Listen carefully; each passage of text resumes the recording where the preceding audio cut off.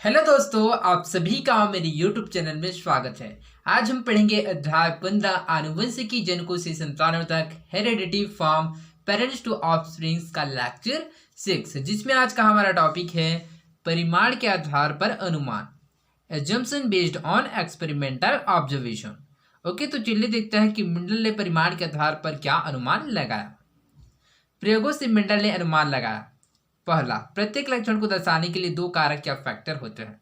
Okay, तो प्रत्येक लक्षण को दर्शाने के लिए क्या है, दो कारक या फैक्टर होते हैं। जिस प्रकार से हम लोगों ने डोमिनेंट अर्थात प्रभावी एवं अप्रभावी रिसेसिव के बारे में जाना था, अर्थात यह दो फैक्टर होता है जो प्रत्येक लक्षण को दर्शाने के लिए होता है। दूसरा, प्रजनन के दौरान हर जनक के दो कारकों में से एक कारक संतान को मिलता है। इस प्रकार संतान में कारकों का एक नया जोड़ा बनता है। ओके, तो प्रजनन के दौरान क्या है, हर जनक अर्थात हर जनक के क्या है, दो कारकों में से एक कारक क्या है, संतान को मिलता है। इस प्रकार से संतान में कारकों का एक नया जोड़ा बनता है। ओके, तीसरा है विपरीत गुणों के दो जोड़ी कारकों में से एक प्रभावी और दूसरा अप्रभावी होता है। ओके, तो विपरीत गुणों अर्थात अलग अलग गुणों के दो जोड़ी कारकों में हमने देखा था कि एक प्रभावी और दूसरा अप्रभावी होता है, अर्थात एक डोमिनेंट होता है, एक दूसरा रिसेसिव होता है। आइए एक क्रियाकलाप से पता करें कि मेंडल ने किस गणितीय आधार पर यह अनुमान लगाए होंगे। ओके, तो चलिए इसको क्रियाकलाप से समझते हैं कि मेंडल ने किस प्रकार गणितीय आधार पर यह अनुमान लगाए होंगे। ओके, तो चलिए आगे बढ़ते हैं। संभावित और अनुमान की जांच। क्रियाकलाप थर्ड, सिक्के के खेल और संभाविता, conferring assumptions with the help of probability. Okay, तो चलिए इस क्रियाकलाप के द्वारा समझते हैं। 1, 2 या 5 रुपए के एक जैसे दो सिक्के से खेल शुरू करता है। ओके, तो सबसे पहले क्या करते हैं, 1 या 2 रुपए या 5 रुपए का क्या है, दो सिक्का लेते हैं। एक सिक्के में दोनों तरफ निशान लगा दे। सावधानी रखें कि सिक्के के चित, हेड एवं पर, टेल दोनों भाग दिखते हैं। ओके, तो एक सिक्के पर क्या करते हैं, हम लोग दोनों तरफ से निशान लगा देते हैं, जिस प्रकार से यहाँ पर 1 रुपए के सिक्का में निशान दिखाया गया है। ओके, यह असिक्का है। ओके, तो यह क्या है, असिक्का है, बिना निशान वाला बस सिक्का हुआ। ओके, तो यहाँ पर एक और सिक्का लेते हैं। यहाँ पर क्या है, 1 रुपए का एक और सिक्का लेते हैं, तो जो कि क्या है, इसमें बिना निशान लगाते हैं, अर्थात इसमें कोई निशान नहीं लगाते। अब अ एवं ब सिक्कों को एक साथ उछाले और सिक्कों को देखकर प्रणाली में अ एवं ब सिक्के के चीत एवं पट को टेली चिन्ह बनाकर नोट करें कि चीत एवं पट कितने बार आए। ओके, तो अब दोनों सिक्कों क्या है, एक साथ क्या करते हैं, हम लोग उछालते हैं, तो उसमें क्या करते हैं, हम लोग काउंट करते हैं कि चीत एवं पट क्या है, कितने बार आया। इस सारणी में हम लोग इसको काउंट करते हैं। यदि पहली बार उछालने पर दोनों पर चित्र आए तो हेड हेड के स्तंभ के नीचे एक टिल्ली चिन्ह लगाएं, और अगली बार में दोनों पर पट आए तो टेल टेल के नीचे एक टिल्ली चिन्ह लगाएं। ओके, तो जैसे कि 4.5 में दिखाया गया है, यदि हेड हेड में क्या आ गया तो यदि दोनों हेड आए तो इसमें चिन्ह लगाते हैं, और यदि दोनों में टेल आ गया तो इसमें चिन्ह लगाते हैं। ओके, तो जैसे कि हम लोग 4.5 में देख सकते हैं कि अब इसमें दिखाया गया हेड और हेड के लिए, अब हेड और टेल के लिए, अब टेल और हेड के लिए, और अब टेल और टेल के लिए। ओके, तो इस प्रकार से क्या है, हम लोग इसमें तालिका को भरते हैं। ऐसा 500 या 1000 बार दोहराए। ओके, तो यह प्रक्रिया कितने बार, 500 से 1000 बार दोहराते हैं। अब अ एवं ब सिक्के की चारों परिस्थितियां कितनी बार मिली, इसका प्रतिशत निकालें। ओके, तो अब अ एवं क्या है, ब में क्या है, इसका प्रतिशत निकालते हैं कि यह कितने बार आया, हेड हेड आया कि हेड टेल आया कि टेल हेड आया या फिर टेल टेल आया।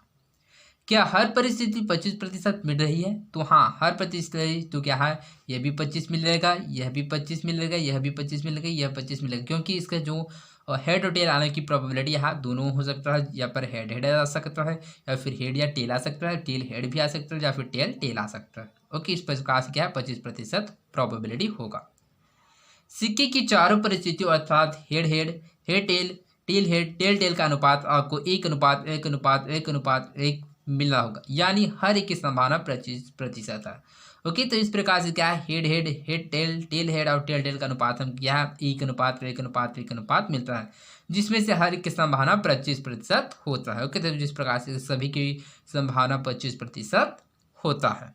ओके, अगर आप एक ही सिक्के से खेलते तो चित रबड़ होने की संभावना कितनी होती।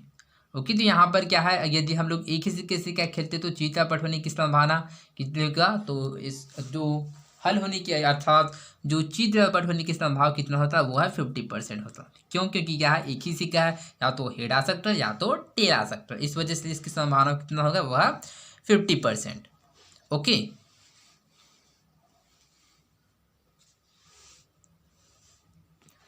ठीक इसी प्रकार मेंडल ने अपने प्रयोगों के अवलोकन के आधार पर परिस्थितियों का प्रतिशत एवं अनुपात निकाला था। तो इसी प्रकार मेंडल ने क्या है, अपने प्रयोगों के अवलोकन के आधार पर ही परिस्थितियों का प्रतिशत एवं अनुपात निकाला था। अगर हर सिक्के के चित्र और पड को मेंडल का एक कारक जोड़ा मान ले तो दोनों सिक्कों पर चित्र हेड हेड एक साथ आए तो शुद्ध बैंगनी गुड़ एवं दोनों सिक्कों पर पड पड टेल टेल एक साथ हो तो शुद्ध सफेद गुड़ है। ओके, तो इस प्रकार से क्या हम लोग मेंडल के जोड़े अर्थात कारक जोड़े से मान लेते हो। इस प्रकार से हम लोग कह सकते हैं कि यदि दोनों सिक्कों पर चित्र हेड हेड आए तो वह शुद्ध बैंगनी का गुड़ है, यदि दोनों पर टेल टेल आए तो वह शुद्ध सफेद का गुड़ है। हेड टेल या टेल हेड बैगनी सफेद या इन दोनों का मिला जुला रंग दर्शा सकता है। ओके, तो यदि हेड टेल आया या फिर टेल हेड तो बैगनी या सफेद इन दोनों का मिला जुला रंग प्रदर्शित कर सकता है। परंतु मेंडल के प्रयोग में हमने देखा कि बैगनी का प्रतिशत 75 है और सफेद का 25। ओके, तो किंतु हम लोगों ने मेंडल के प्रयोगों में पाया कि जो बैगनी का जो प्रतिशत था वो सबसे ज़्यादा है कंपेयर टू दी सफेद। ओके, तो अर्थात जो मेंडल के प्रयोग में हमने पाया कि जो बैगनी का जो प्रतिशत था वह 75% था जबकि सफ़ेद का 25%। जैसे कि हम लोगों ने प्रथम पीढ़ी में पाया था कि जो बैगनी क्या है, बैगनी ही प्राप्त होता है, किंतु द्वितीय पीढ़ी में क्या होता है, जो सफ़ेद के भी क्या होता है, जो गुड़ होता है वह प्रदर्शित प्राप्त होते हैं, अर्थात सफ़ेद वाले जो फूल होता है वह भी प्राप्त होता है। अर्थात इस प्रकार से हम कह सकते हैं कि मेंडल के प्रयोग में हमने देखा कि बैगनी का प्रतिशत 75 है और सफ़ेद का 25 है। ऐसे तभी संभव होगा जब हेड टेल हेड के प्रतिशत को एच हेड के प्रतिशत से जोड़ा जाए, 75% बैगनी मिलेगा।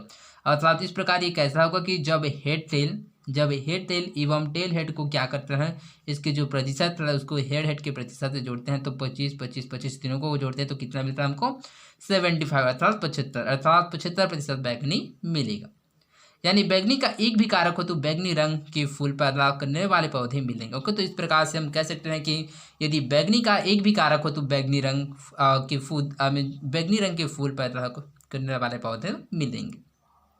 इसका अर्थ है कि ये बैगनी कारक सफ़ेद को दबा रहा होगा। ओके, तो इससे हम लोग को ऑब्जर्वेशन कर सकते हैं, अवलोकन कर सकते हैं कि जो बैगनी है वह सफ़ेद को दबा रहा है। ओके, क्योंकि हम जानते हैं कि जो बैगनी होता है क्या होता है, वह प्रभावी होता है, जिसके कारण क्या होता है वह सफ़ेद को दबा देता है। इस बात को जांचने के लिए मेंडल कई विपरीत लक्षणों से प्रयोग करते रहे। ओके, तो इस बात को क्या है जांचने के लिए, रिसर्च करने के लिए क्या है मेंडल कई अलग अलग लक्षणों से प्रयोग करते रहे। ओके, आई होप आप लोगों को समझ आया होगा। तो चलिए आगे बढ़ते हैं। अनुमान और भी, सम मोर अजम्पशन। ओके, तो चलिए अब देखते हैं कि सम मोर अजम्पशन अनुमान और भी। जैसे कि हमने पहले पढ़ा, शुद्ध लक्षण वाले जनकों से मेंडल ने अपना प्रयोग शुरू किया था। ओके, तो जिस प्रकार से हम लोगों ने पढ़ा था कि जो सबसे पहले मेंडल ने क्या किया था, शुद्ध लक्षण वाले जनकों से मेंडल ने अपना प्रयोग शुरू किया था। सबसे पहले उन्होंने शुद्ध बैगनी लिया और शुद्ध बैगनी के जो मटर लिया और शुद्ध सफ़ेद के मटर जो शुद्ध मटर के वो क्या है बीज को लिया। बैगनी और सफ़ेद फूल वाले पौधे के प्रयोग की बात करें तो ओके, तो बैगनी और सफ़ेद फूल वाले पौधे की बात करें तो चलिए इसको हम लोग समझते हैं। मेंडल द्वारा पहली पीढ़ी को शुरू इस प्रकार किया गया। ओके, तो मेंडल द्वारा क्या है, पहली पीढ़ी को इस प्रकार से शुरू किया गया। शुद्ध बैगनी और शुद्ध फूल के लक्षण के कारक जोड़ी में होंगे जिसे इस प्रकार दर्शाया जा सकता है। ओके, तो शुद्ध बैगनी और सफ़ेद फूल के लक्षण के कारक क्या है, जोड़ी में होंगे, तो इसको हम लोग इस प्रकार से दर्शा सकते हैं, अर्थात इस प्रकार से दर्शाया जा सकता है। तो जैसे कि कैपिटल वी के द्वारा प्रदर्शित किया गया बैगनी पर्पल को एवं स्मॉल वी के द्वारा प्रदर्शित किया गया स्मॉल वी के द्वारा सफ़ेद को व्हाइट को। ओके, इन लक्षण वाले जनकों के बीजांड और परागकण को इस प्रकार दर्शाया जा सकता है, अर्थात इसके जो लक्षण के जो बीजांड और परागकण है उसको इस प्रकार से प्रदर्शित किया जा सकता है। तो जैसे कि बैगनी के लिए वी लिया गया है कैपिटल वी एवं सफ़ेद के लिए स्मॉल वी। ओके, जैसे कि आप लोग देख सकते हैं पर्पल अर्थात बैगनी कलर का है और ये व्हाइट अर्थात सफ़ेद कलर का है। बैगनी और सफ़ेद फूलों का पर परागण करवाने पर, ओके, तो बैगनी और सफ़ेद फूलों पर क्या है, पर परागण करवाने पर हमको इस प्रकार से प्राप्त होता है। तो चलिए इसको समझते हैं।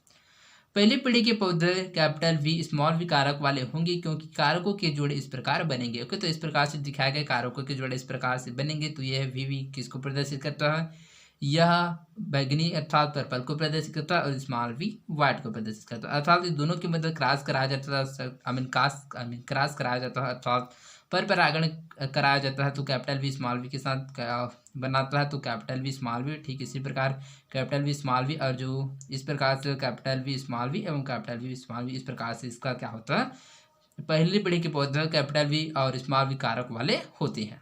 ओके, पहली पीढ़ी से प्राप्त यानी द्वितीय पीढ़ी के जनक पौधे के बीजांड और परागण इस प्रकार दर्शाया जा सकते हैं।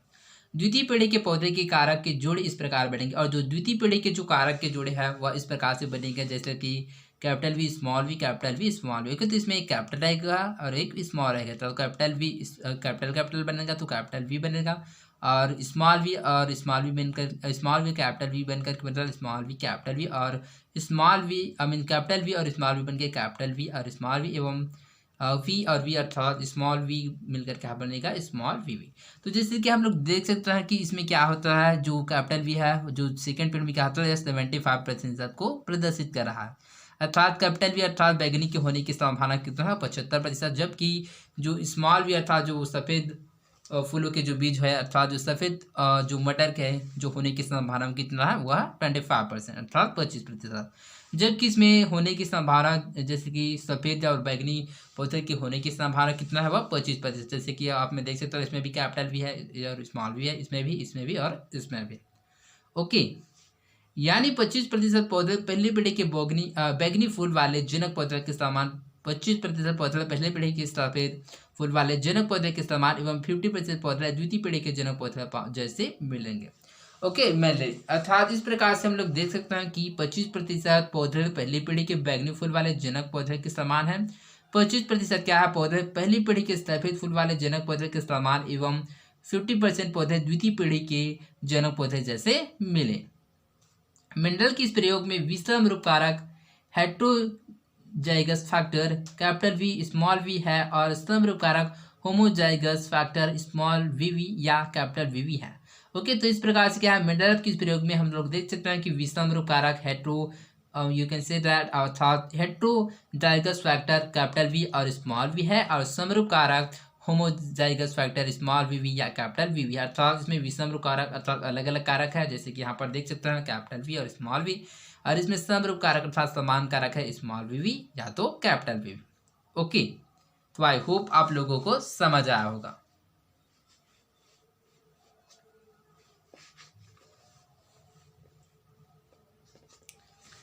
क्या आप जानते हैं कारकों की प्रकृति?